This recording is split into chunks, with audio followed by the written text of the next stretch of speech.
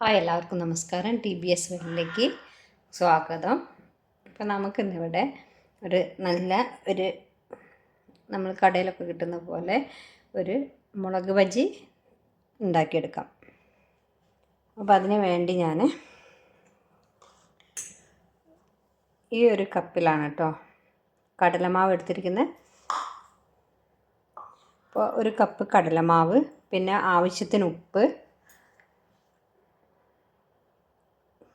മുളക് പൊടി, പിന്നെ ഞാനിപ്പോൾ ബേക്കിംഗ് പൗഡർ കുറച്ച് ചേർക്കുന്നുണ്ട് കേട്ടോ. അപ്പം നമുക്ക് ബജിക്ക് ആവശ്യമായ മുളക് ഇതാണ് കേട്ടോ. ഇത് ഞാൻ പക്ഷേ നല്ല വലിപ്പമുള്ള മുളകാണ്. അപ്പം ഞാനിത് ഒരെണ്ണ കീറിയിട്ട് രണ്ടാക്കി എടുക്കും കേട്ടോ. പിന്നെ ഇതിനുള്ളിലെ കുരുവൊക്കെ പോക്കണം നമുക്ക്, അല്ലെങ്കിൽ പിന്നെ നല്ല എരിവുണ്ടാവും. അപ്പോൾ അത് നന്നായിട്ട് കഴുകി വൃത്തിയാക്കി തുടച്ച് വെച്ചേക്കുന്ന കേട്ടോ. അപ്പം നമുക്കിതിലേക്ക് ആവശ്യമായത് ചേർത്ത് കൊടുക്കാം.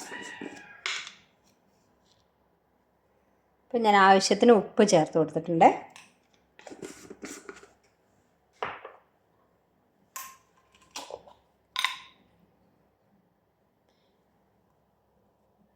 പിന്നെ കാശ്മീരി മുളക് പൊടിയാണ് കേട്ടോ. ഒരു 1.5 ടീസ്പൂൺ കാശ്മീരി മുളക് പൊടി.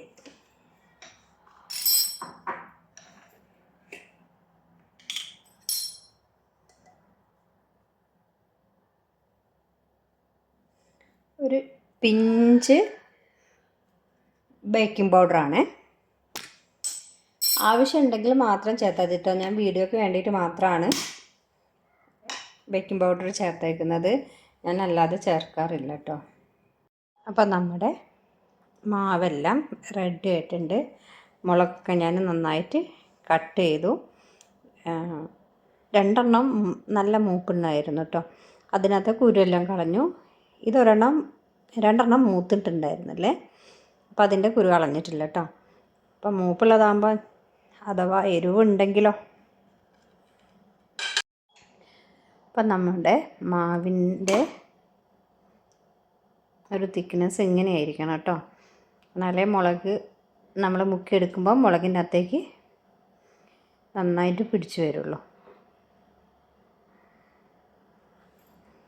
അപ്പം നമ്മുടെ എണ്ണ നന്നായിട്ട് ചൂടായിട്ടുണ്ട്. നമുക്ക് മുളക് ഇതുപോലെ ഇതിനകത്തേക്ക് അങ്ങനെ ഇട്ട് കൊടുക്കാം. അപ്പം ഞാൻ ആദ്യം ഒരെണ്ണ ഇട്ടത്. ഇപ്പം നമ്മുടെ മുളക് ബജി ഇതാ റെഡി ആയിക്കൊണ്ടിരിക്കുന്നത്. അത് ഇങ്ങനത്തെ ഒരു ഷേപ്പ് ഒരെണ്ണ 2 കട്ട് ചെയ്തത് കൊണ്ടാണ് കേട്ടോ.